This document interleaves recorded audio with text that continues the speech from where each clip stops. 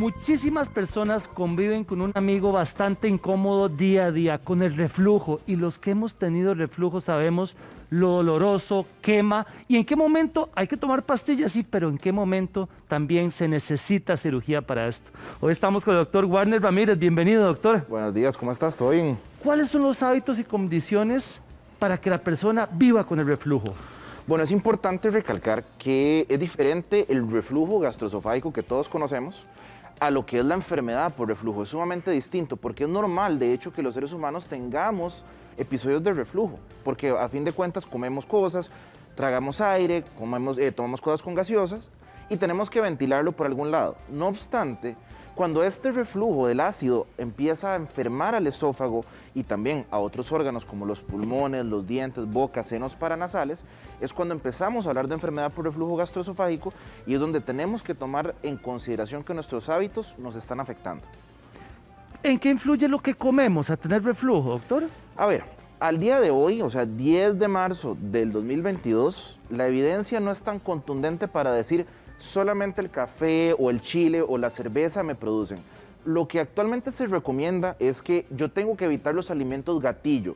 ¿Qué quiero decir con gatillo? Básicamente de que si yo sé que a mí, por ejemplo, el queso o el chile o el café me produce reflujo, los debería evitar, sin que eso necesariamente implique que es malo para el reflujo. Lo que sí se sabe que es malo per se, o lo que no es malo, sino que favorece el reflujo, es la cantidad de comida grasosa.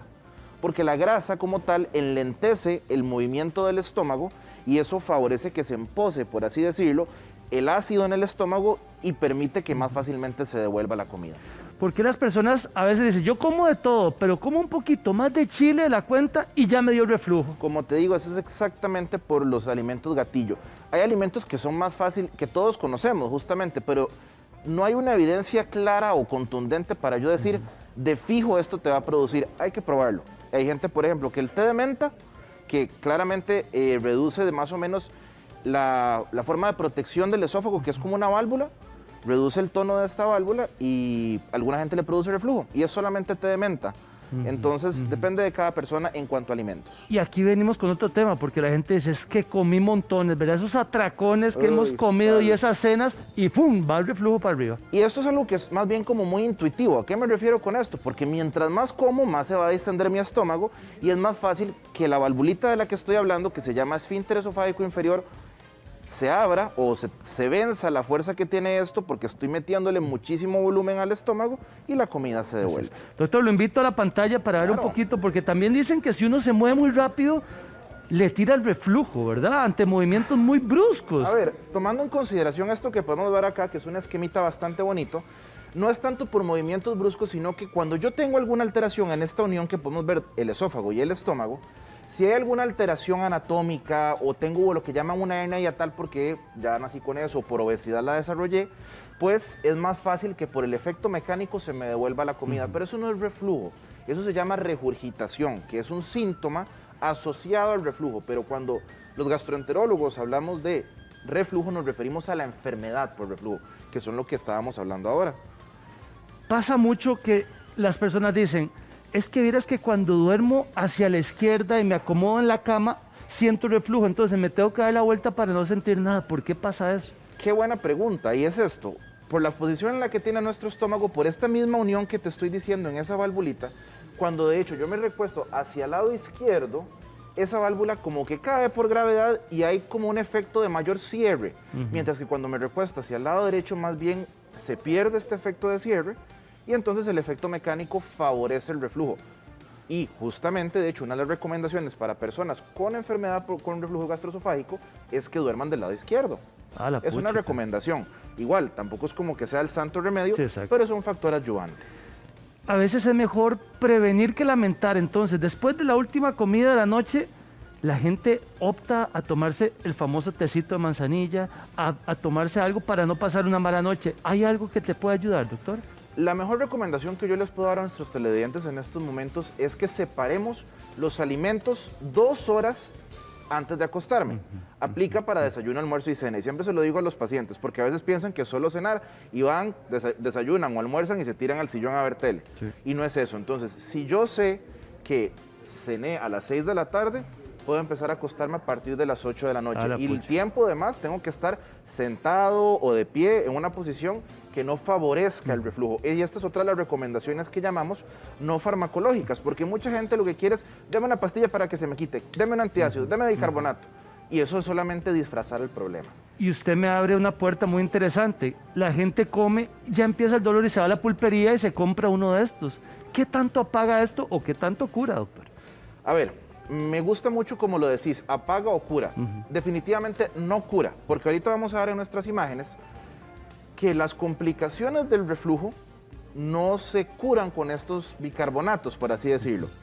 Esta imagen que podemos ver ¿Qué acá, estamos viendo ahí, estamos doctor? aquí viendo una gastroscopía y en este contexto es la unión entre esófago y estómago y vemos una de las complicaciones más severas del reflujo, que es el cáncer de esófago. Ah, la pucha. No es lo más frecuente y no quiero tampoco asustar a la audiencia tampoco, pero es una de las complicaciones que en personas que tienen mayores factores de riesgo asociados al reflujo, llámese obesidad, tabaquismo, que les favorece un reflujo durante muchísimos años, que previamente han desarrollado otras complicaciones al esófago antes del cáncer, pues pueden llegar a producir esto. Doctor, ¿en qué momento es bueno una gastroscopía mejor para ir a ver eso? Muy bien, y esto es importantísimo, porque la verdad es que el reflujo es la enfermedad más frecuente de consulta en gastroenterología y una de las más frecuentes a nivel mundial. Cuando hacemos la gastroscopía, encontramos algo así, que se ve normal, ¿de acuerdo? Esto es vean la diferencia, prácticamente que podemos seguir esta línea, a donde lo más oscuro es el estómago y lo más claro es el esófago, y lo podemos seguir como una punta de lápiz. Y esto es lo que vamos a encontrar en la mayoría de las personas. Pero como decís, ¿en qué momento tengo que yo ir a hacerme una gastro? Bueno, si yo soy una persona de más de 45 años, tengo que irme a buscar porque siempre síntomas de nuevo así, que no estaban en una persona ya con cierta edad, hay que descartar lesiones tumorales. En gente más joven, síntomas que no remitan al tratamiento que mandamos los gastros. O sea, si yo voy al gastroenterólogo y hago las indicaciones no farmacológicas y además me tomo los medicamentos que los que me va a recetar el gastroenterólogo sí curan, no controlan, que es lo que estabas hablando de la diferencia, y todavía persisto, ok, es momento de entrar a buscar con una gastroscopia. Doctor, uno va como en la escalerita, ¿verdad? Primero viene el tecito, después vamos a la pulpería, después vamos a la farmacia, después vamos al doctor, pero cuando llegamos al doctor nos mandan unas pastillas. ¿Eso va a curar o también va a remediar? Depende, porque la verdad es que, vamos a ponerlo así, yo creo que todos sabemos que es un antiácido, ¿verdad? Y todos los hemos utilizado. No vamos a hablar de marcas, pero hay muchísimos. Y la verdad es que los antiácidos controlan los síntomas y no está mal utilizarlos. Pero cuando hago una gastroscopía y encuentro complicaciones, obviamente no cáncer, porque esos son otros 100 pesos, lo que llamamos erosiones, por ejemplo, es el momento a donde mi gastroenterólogo o gastroenteróloga me van a recomendar unos medicamentos específicos que se llaman inhibidores de bomba de protones, que básicamente inhiben al estómago producir ácido, que es diferente a un antiácido, ¿de acuerdo? Son dos formas diferentes de actuar y este sí me va a permitir la curación de mi esófago, mientras que el antiácido me ayuda a mí a controlar los síntomas. Doctor, ¿en qué momento usted dice, ah, no, esto hay que operar? Ok, la cirugía antirreflujo es algo que ya tiene bastantes años de existir. Con el pasar del tiempo se ha visto que funciona, y eso es importante tomarlo en consideración. No obstante, hay ciertas indicaciones porque ahora el manejo con medicamentos es sumamente útil.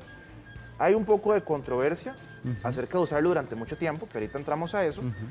Pero en personas jóvenes y en personas que tengan una hernia hiatal, es decir, que nuestro estómago se suba al pecho o al tórax de forma más grande, más de 5 centímetros, que eso promueve mucho el reflujo, es mejor hacer la cirugía para reparar esa hernia y lo que se hace es tomar esta parte del estómago y como tallar esa válvula de paso que te estaba diciendo en la conexión entre esófago y estómago.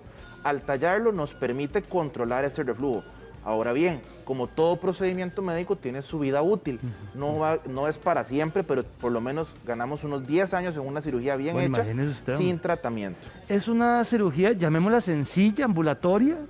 Pues nuevamente, yo no soy cirujano, pero los colegas cirujanos que tienen muchísima expertise en este país, que son excelentes, lo hacen de forma laparoscópica, es decir, con los puntitos, con camarita, y sale muy bien así. Y la recuperación es bastante buena.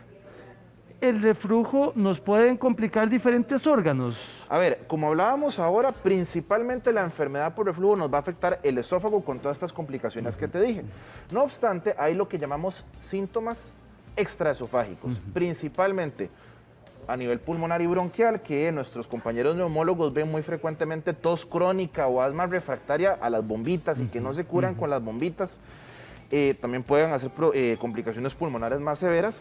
Vemos erosiones del esmalte de los dientes y personas que se les empiezan a hacer caries, sinusitis crónica, como te mencionaba, que empiezan a presentar infecciones de los senos paranasales de forma recurrente, y hasta las personas que muchas veces los colegas otorrinos lo refieren, que empiezan con esta carraspera o una faringitis crónica y los ves y siempre están así.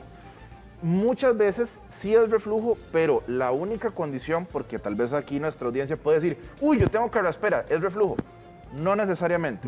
Tengo que estar seguro de que mi esófago está enfermo para justificar que si mi esófago está enfermo y tengo otros síntomas, sí es probable que las dos sean causadas por reflujo. Esto puede ser hereditario, doctor. Mi mamá tuvo reflujo, mi abuela también. Ah, no, yo también voy a tener eso. No es un patrón hereditario tan de relevancia, pero lo que sí va desde el punto de vista sociocultural. Porque yo aprendo a comer de como me enseña mi abuela, mi mamá, y lo aprendo todo en la casa. Y si yo aprendo a comer mal, que a fin de cuentas, lo que le quería que nos quedara para la audiencia es que no todo es pastilla. O sea, las pastillas son muy buenas, el uso debe ser según lo que me indique mi gastro, pero las medidas no farmacológicas, dormir de lado, separar los alimentos, evitar el montón de comida, evitar grasas y además algo que no a todos nos gusta escuchar, bajar de peso. Todo eso, que sí se aprende en la casa, nos va a ayudar a controlar la enfermedad por reflujo. ¿Puede aparecer en cualquier momento, a cualquier edad, o hay edades más propensas a, doctor? De hecho, puede aparecer en cualquier lado. Tenemos pacientes chiquititos, o sea, bebecitos con esto. Hombre. Yo no soy gastroenterólogo pediatra, pero de las clases de pediatría lo recuerdo, que lo van a presentar y podemos encontrarlo hasta personas muy mayores. ¿Qué es lo que pasa? Obviamente varía los espectros, pero en personas mayores normalmente es sumamente severa la gastroscopía, que no sé si podemos ver las imágenes en otra más, y no tienen tantos síntomas, mientras que la gente más joven tiene muchísimos síntomas y no necesariamente tiene las gastroscopías más severas. Doctor, ¿por qué es que a veces arde aquí como aquí y a veces no arde? O sea, depende del gas o qué, o por qué puede ser. Ok, eso es buenísimo. No sé si tenemos más imágenes de las gastroscopías. Ahí se las vamos a pedir a nuestros compañeros. Lo que pasa es, tal vez otra diferente a esta, ¿cómo se llama? El problema del reflujo es que me empieza a romper esta unión. En este contexto es la normal, pero en otra más adelante vamos a ver a donde se empieza a romper esta unión por el ácido que está ahí y empieza a desgarrarlo. Y yo siempre le explico a mis pacientes que es como una hoja de papel que yo empiezo a romper y se empieza a abrir de esta forma. No, es muy incómodo. Por supuesto, y entonces al romper la pielcita que llamamos mucosa aquí adentro, se van a exponer los nervios que están aquí abajo, porque también tenemos nervios, así como los tenemos debajo de la piel, y cuando entran en el contacto con el ácido, eso duele y arde muchísimo. Ojo, nada más como salvedad, hay casos muy específicos, que no son los más frecuentes, a donde esto está así de normal y tiene los mismos síntomas, y hay que también estudiarlo. Y literalmente cuando le arde, ¿está quemando esto, doctor? Muchas veces sí. Hombre.